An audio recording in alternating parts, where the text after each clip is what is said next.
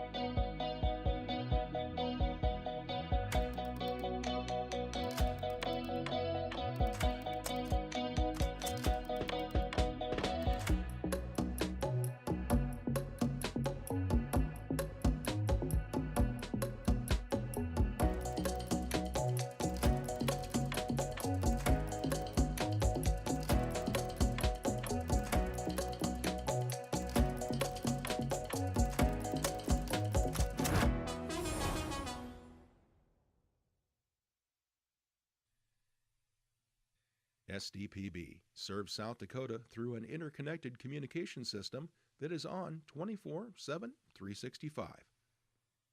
The first place for Amber Alerts, public safety announcements, and EAS messages. SDPB keeps public servants and citizens informed. Good, useful, and full of wonder. SDPB.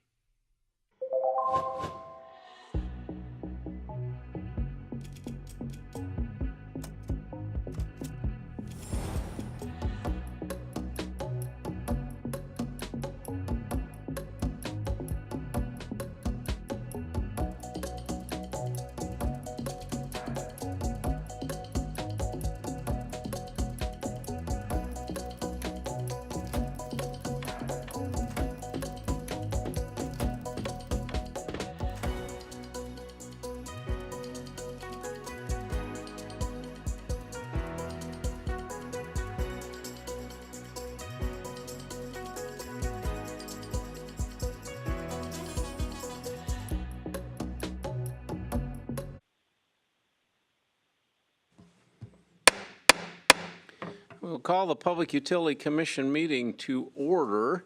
It is April 23rd, 1:30 p.m., room 413 in the Capitol building. This is Chairman Nelson. We have Commissioners Fegan and Hanson present on the telephone. So we do have a quorum. We will take the agenda in order today, and we will begin with status report on consumer utility inquiries. Ms. Deb Gregg. Hi, good afternoon. The Commission received a total of 97 contacts since the last report was prepared for the April 7th, 2026 Commission meeting. 1 contact was related to telecommunication services, 74 contacts related to electric service, 2 contacts related to wireless service, 4 contacts related to natural gas service, 1 contact was related to wind energy, 4 contacts related to unwanted calls in the Do Not Call registry, 11 contacts related to issues that are not regulated by the PUC. 500 of the 509 contacts received in 2026 have been resolved. Very good. Questions? Hearing none. Thank you, Deb. Is there a motion regarding the minutes from the April 7th meeting? So moved. Move to approve. All those in, is there any discussion? Hearing none. All those in favor will vote aye. Those opposed, nay. Commissioner Hanson. Aye. Commissioner Fegan. Fegan votes aye. Nelson votes aye. Motion carried. That will bring us to the first docket, AA 26-001, and establishment of the gross receipts tax levy for fiscal year 2027. Wow. And the question is, shall the commission establish the rate and assess the gross receipts tax as authorized in SDCL 49-1A-3? And we'll go to Ms. Chemnitz. Thank you, Chairman Nelson. I'm Cindy Chemnitz with staff. As I stated in the letter I submitted to the Commission on Tuesday, April 21st, 2026, I'm requesting that the gross receipts tax levy be set at .0015 or $250 per company, whichever is greater. And I'll stand by for any questions. Thank you. Are there any questions? Is there a motion? Mr. Chairman, in AA 26-001, I move that the Commission establish the rate and assess the gross receipts tax as authorized in SDCL 49-1A3 at the request of the staff's letter and testimony. Discussion on the motion.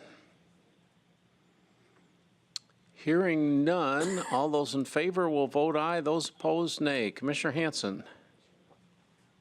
Aye. Commissioner Fegan. Aye. And Nelson votes aye. Motion carries. Brings us to EL 24-023 in the matter of the application of Dual Harvest Wind Energy South for an energy facility permit of a wind energy facility and a 345 kV transmission facility in Dual County, South Dakota for the South Dual Wind Project. And the question today, shall the Commission grant Dual Harvest request for a partial exemption of certain permit conditions pursuant to Condition 38 to allow Dual Harvest to conduct limited construction activities at 2 specified turbine sites, or how shall the Commission proceed, or deja vu? Dual Harvest. Good morning, Chair, Commissioners, staff. My name is Lisa Agramonte. I'm here on behalf of the permittee Dual Harvest Wind Energy South. I am accompanied by Molly Malone, who is a manager of community engagement, and then Michael Iacopetti is also in the audience, and he is an associate developer with the project. Yes, there's a bit of a deja vu. We were here in July of 25.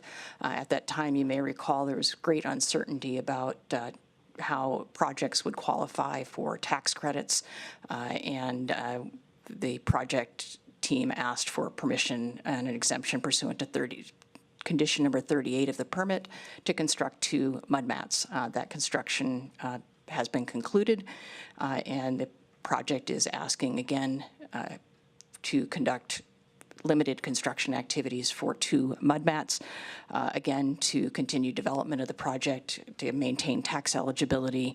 And I do have Ms. Malone available here, who will present a progress report on where the project is. I know last time there was questions about, like, well, where are you, what's going on? And she can provide some additional updates beyond what we had in our filing. Thank you, Chair, Commissioners, Commissioner staff, and Lisa. My name is Molly Malone. I'm Manager of Community Engagement for the South Dual Wind Project. I live about an hour and 15 minutes to the east, just across Buffalo Ridge, born and raised there and currently reside there. As filing details, this is essentially the same thing we asked for last summer. And last summer, Kate provided some updates of where, outstanding items were. And so I will let you know where they stand today. First one, GIA. There's good news there. The GIA is finalized, and we are in the process of getting all the signatures.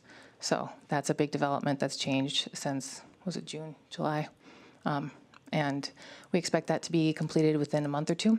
The next item is a customer. We have negotiated an agreement with a customer, and it is in a similar spot to the GIA. We're just waiting for signatures. It's going through the processes. We expect that to be completed in, again, month or two. The project had there are 4 road use agreements for the project, county and 3 townships. Last year, none of them were completed.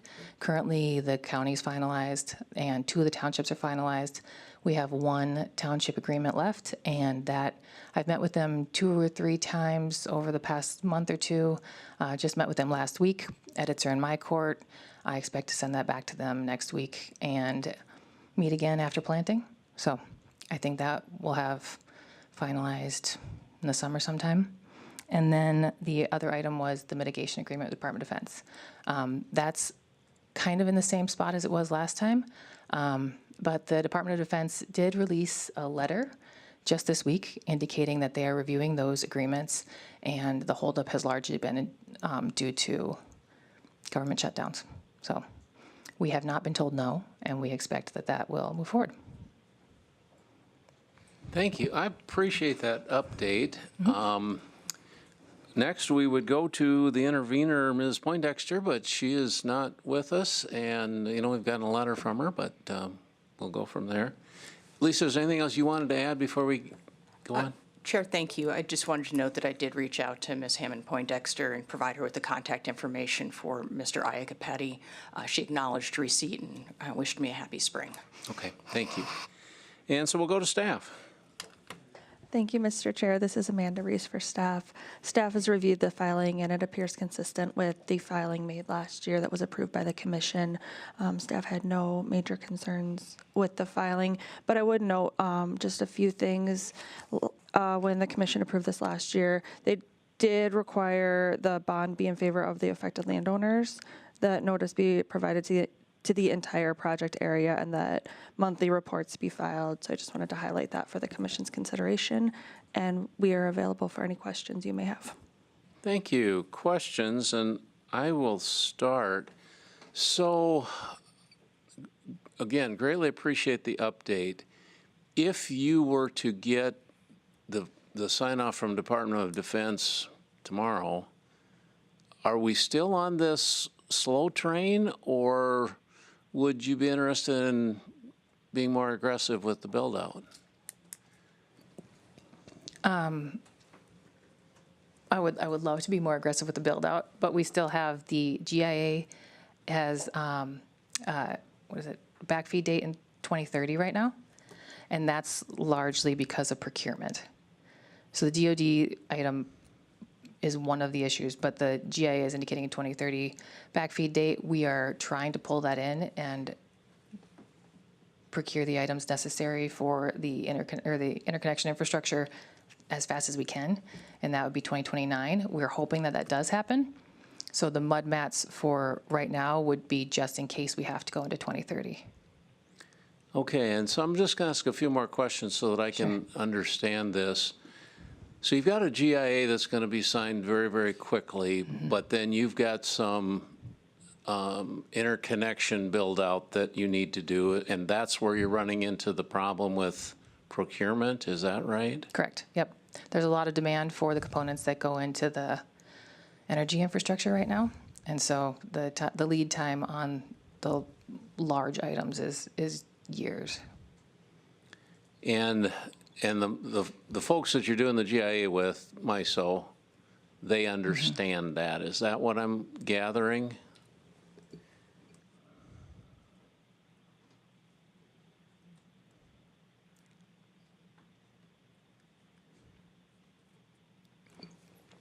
MISO and Invenergy are 2 of the parties. The third party is the transmission owner. So it's a 3-party agreement where all of us have to get all of our stuff. Okay. Yeah. Well, there's a reason I'm asking these questions, and we'll get to that in a moment. Are there other questions from other commissioners?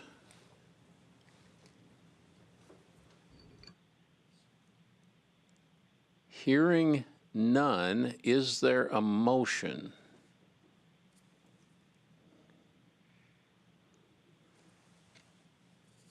In EL 24-023, I move that the commission grant dual harvest request for a partial exemption of certain permit conditions pursuant to condition 38 to allow dual harvest to conduct limited construction activities at the two specified turbine sites, and including the same provisions that we included last time as staff has outlined.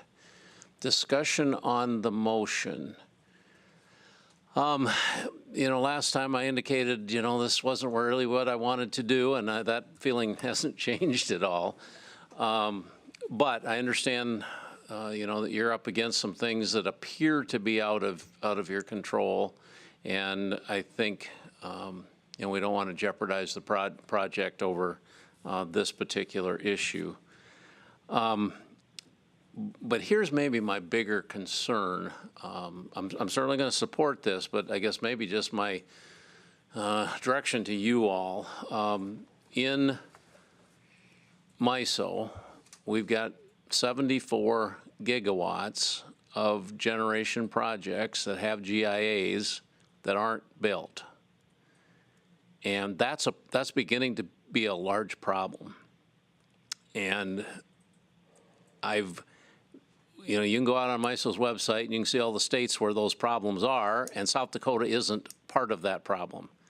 Well, this is now making it part of our problem, and I'm not pleased that South Dakota is part of that problem. And so I would simply say to you folks, we expect you to do everything you can to get this thing going as quickly as possible. And if you can't get it going, then you need to consider giving up your GIA and letting some other project that can get going, because obviously generation is needed. And so hopefully we can get this going sooner than 2030. Additional discussion.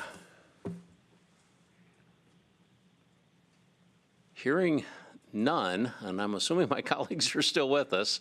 All those in favor will vote aye. Those opposed, nay. Commissioner Hansen. Aye. Commissioner Fegan. Fegan votes aye. Nelson votes aye. Motion carries. Yep. Thank you. Go find stuff to build with. That brings us to EL 26-005 in the matter of the filing of Montana Dakota Utilities, a subsidiary of MDU Resources Group, for approval of the annual update to its transmission cost recovery rider rate. And the question is, shall the commission approve the revised transmission cost recovery rider rate and the revised tariff sheet with an effective date of May 1st, 2026? We'll go to MDU. Good afternoon, commissioners. My name is Lisa Morstead, and I'm a regulatory analyst with Montana Dakota Utilities Company. Also on the call with me is Brad Davison, Manager of Regulatory Affairs, Tyler Culbertson, Director of Regulatory Affairs, and Darcy Nygum, Vice President of Energy Supply. The filing before you today is Montana Dakota's annual update to the Transmission Cost Recovery Rider, or TCRR, Rate 59 tariff, to reflect a true-up of actual costs through December 31st, 2025, as well as projected costs through December 31st, 2026. The TCRR update was filed with the Commission on February 27th, 2026.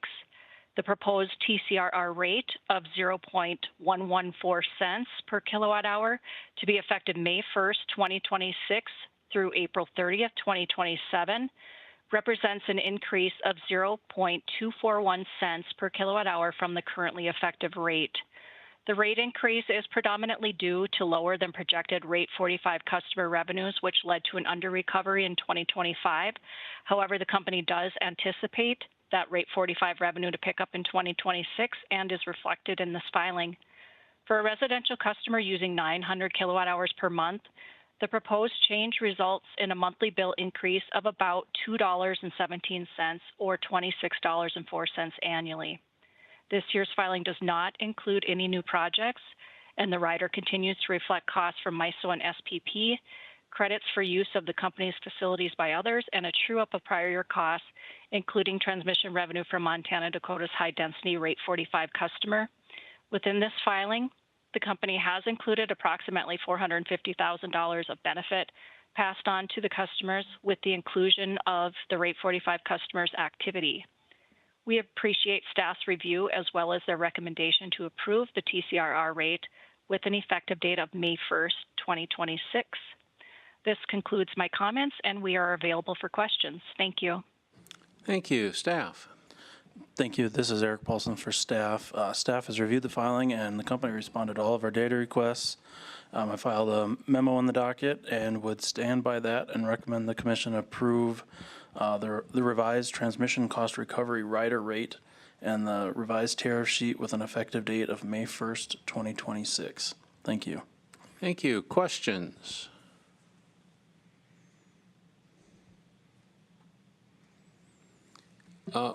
Mr. Paulson, I'm going to ask you a question. I appreciated Montana Dakota talking about the $450,000 of benefit that all customers are receiving from their high-density customer. Would you concur that that's an accurate number and that our customers are, in fact, seeing that benefit? I would. Typically, they file a chart in the memo showing how that's calculated.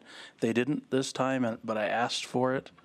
So I have seen the numbers behind how they come up with that, and I agree they're getting a benefit from this customer. Thank you. Any other questions? Motions? Mr. Chairman? Yes. Mr. Chairman, in EL 26-005, I move that the commission approve revised transmission cost recovery rider rate and revised tariff sheet with an effective date of May 1st, 2026. Discussion on the motion. No, I appreciate the question you asked of Mr. Paulson, and I think that would be the amount of explanation that I would have for it.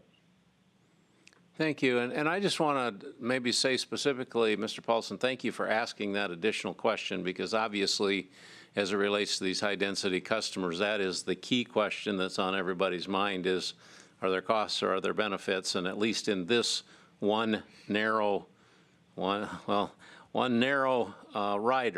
there are benefits. We don't know about the rest of the system, but at least for this rider, there are. So thank you. Additional discussion. Mr. Chairman.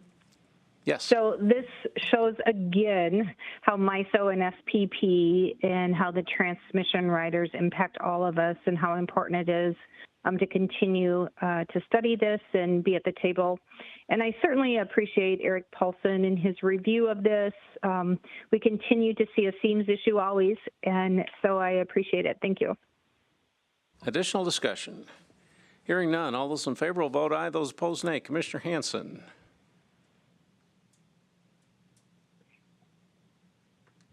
Aye. Commissioner Fegan.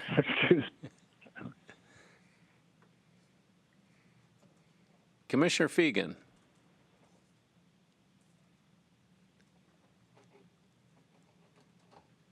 Well, Nelson's going to vote aye.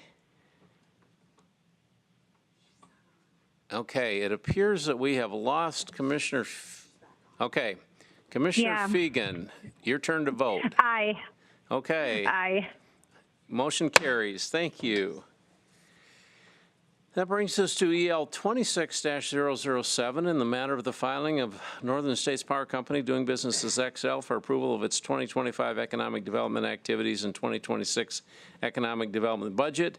And the question, shall the commission approve XL Energy's 2025 economic development report and its 2026 economic development budget? We will go to XL. Good afternoon, Mr. Chairman, fellow commissioners and staff. My name is Eric Pauley. I'm the Community Relations Manager for XL Energy here in South Dakota. In front of you today is XL Energy's 2025 expenditures and then our 2026 budget. As you'll be able to see, we listened to the commission comments last year about incorporating some of our rather small communities into these economic development grants, and we were able to find a couple opportunities that seem to fit the bill for this year, and we'll continue to do that going forward in working with all of the communities. So at this time, I will stand by for any questions that the commission might have. Thank you. Thank you. Staff. Thank you, Chair Nelson. This is Joe Rizak with staff. Staff has reviewed the filing and recommend the Commission approve Xcel Energy's 2025 Economic Development Report and its 2026 Economic Development Budget. Thanks. Thank you. Questions?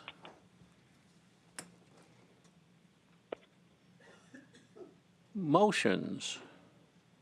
Mr. Chairman, in EL 26-007, I move that the Commission approve Xcel Energy's 2025 Economic Development Report and its 2026 Economic Development Budget. Discussion.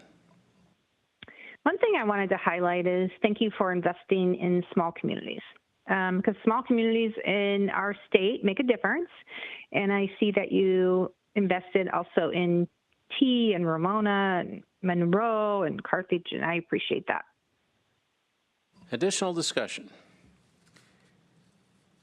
Hearing none, all those in favor will vote aye, those opposed nay. Commissioner Hanson.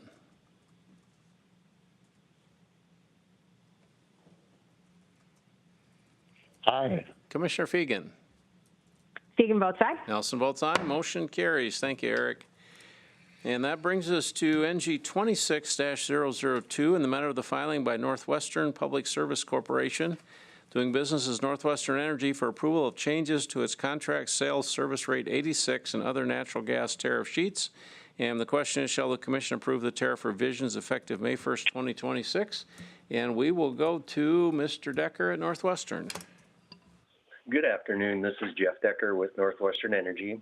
This filing proposes several changes to our natural gas tariff. Within this filing, we are proposing some time-saving changes to rate 86. We're also cleaning up some accumulated tariff changes in tariff rate 84, the customer list in section 4, and wording in some of the forms in section 6. The tariff changes are described in the cover letter, so I will keep my comments brief and respond to questions you may have. Thank you. Thank you. Staff. Thank you. This is Eric Paulson for staff.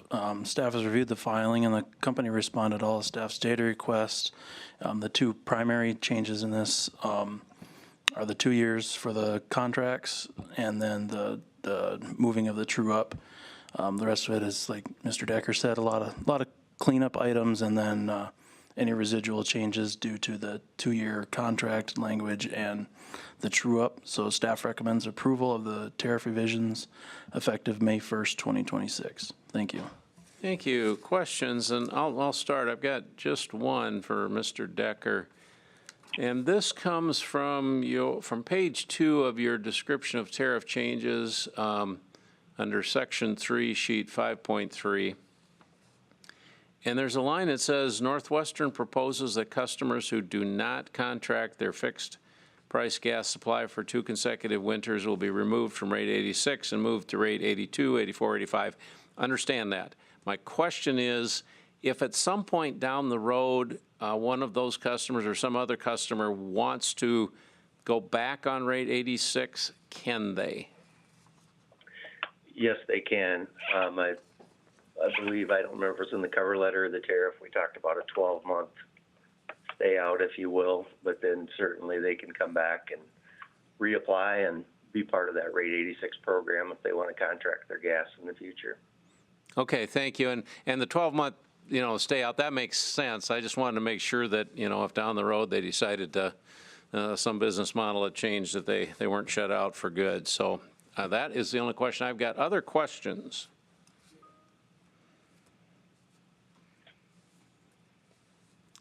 Motions.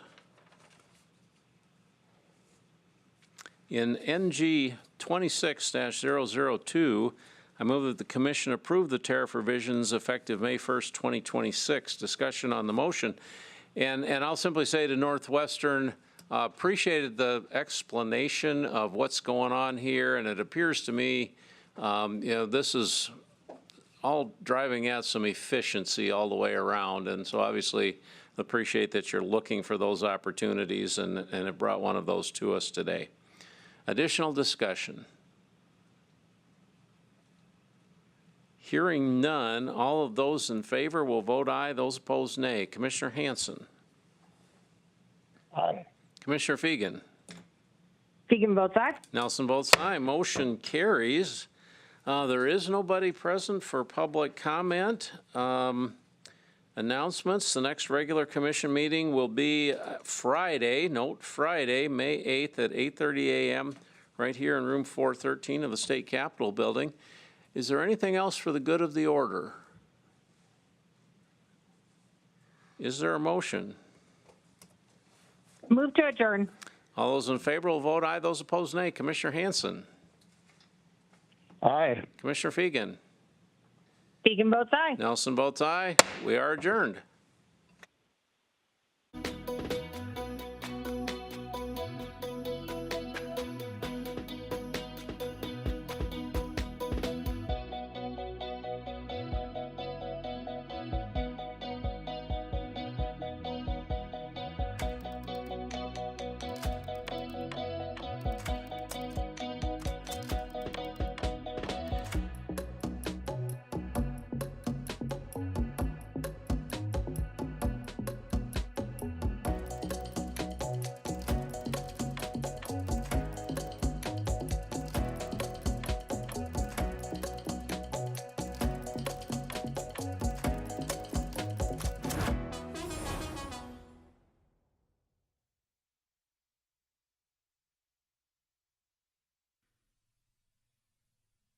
As South Dakota's public media network, SDPB serves everyone with transparency, integrity, and commitment to open access.